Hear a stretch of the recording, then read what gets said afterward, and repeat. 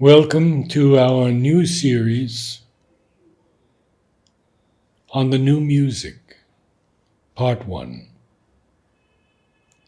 In this series, we will explore the descent of a new music on Earth and quote various conductors, personalities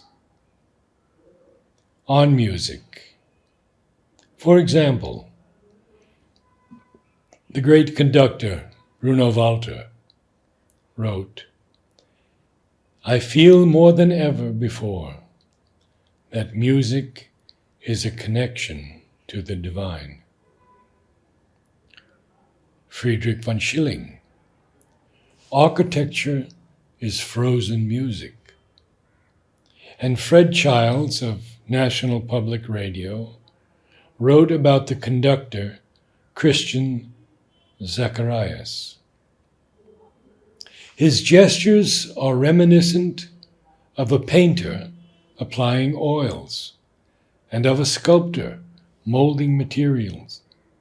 He acts as though the music were a physical substance to be molded in air.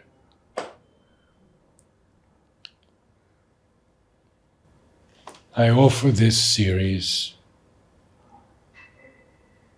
to the Mother and Sri Aurobindo.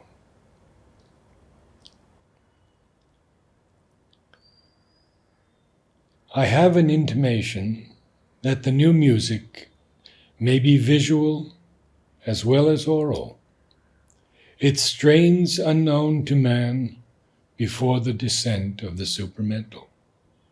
Tone clusters of an infinite love, filling the vortices of space, descending in a supreme harmony, a music of the highest spheres, enriched by the aspiration of the earth.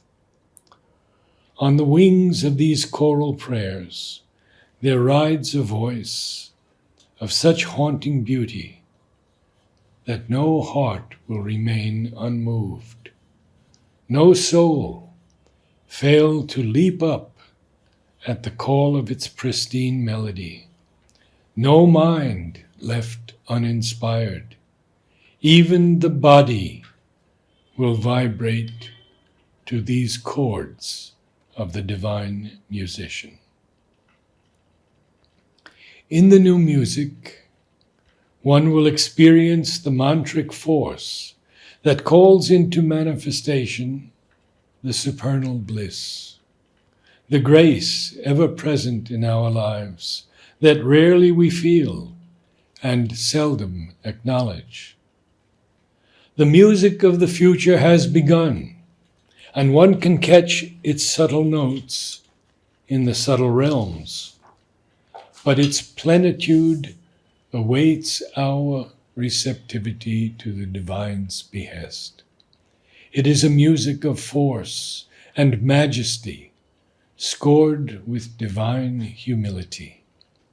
The Mother brought down its first tremendous notes into the rhythmic pulse of Earth's awakening, and gave to Sunilda the opening movements of its massive themes. Those shall come who will complete the full orchestration of the music of the new creation, singers of the ultimate songs of praise, musicians of a higher order, composers of canticles of light and peace, ennobling men, enriching life, enhancing joy. I have heard a strain of the music to be, waiting behind the iron wall of self. Its moment is near, and the rapture it brings shall transport the soul and renew the spirit's ageless quest. I have sensed its rhythms in the quickening pulse of earth, caught faint echoes in the counterpoint of our days, and once, in a moment of unparalleled grace, chanced upon its cadences in the music of the spheres. I have heard the inner melodies in my youth, and when I met the mother for the first time, she talked to me at length about music and musicians. She told me many things, among them that the music heard most often on the inner planes was that of Chopin, though she said she didn't know why it was so. During our talk, she asked me, "Is the music with you now?" And I replied, "Yes, Mother, it is always with me." And she replied, "Not always." Then passed a phase in which the sounds that filled my soul were heard no more, for it was a time of emptying. And then, for a brief moment in the old unfinished halls of Bharat Nivas, in the early days of Auroville, a few gathered together to aspire to bring down the new music. And that which descended was a chorale of voices, each alone in its prayerful expression, yet united with the others in collective aspiration in a sound field of calm and joy.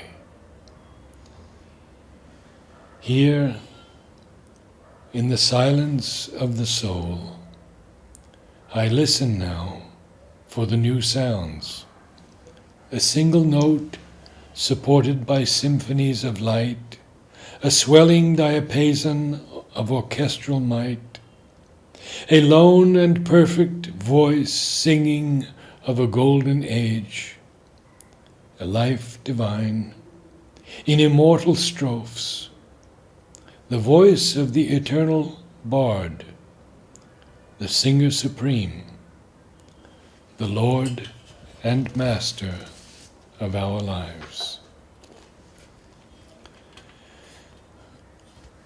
I will conclude with a poem I wrote in 2001, March 23rd. A greater music, a far and haunting melody, like something caught at the edge of dream. A song of human destiny came flowing in a golden stream.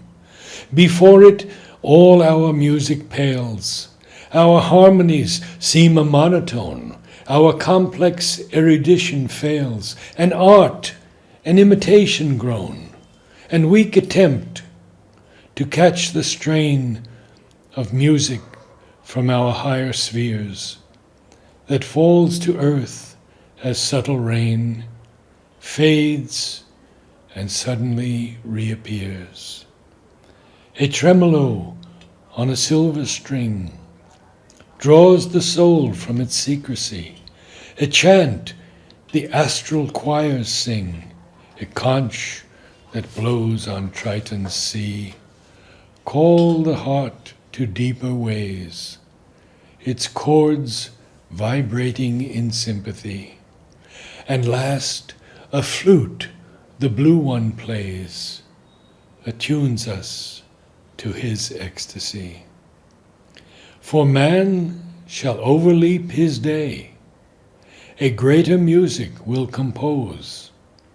On the score of life must overlay the song of truth that in us grows.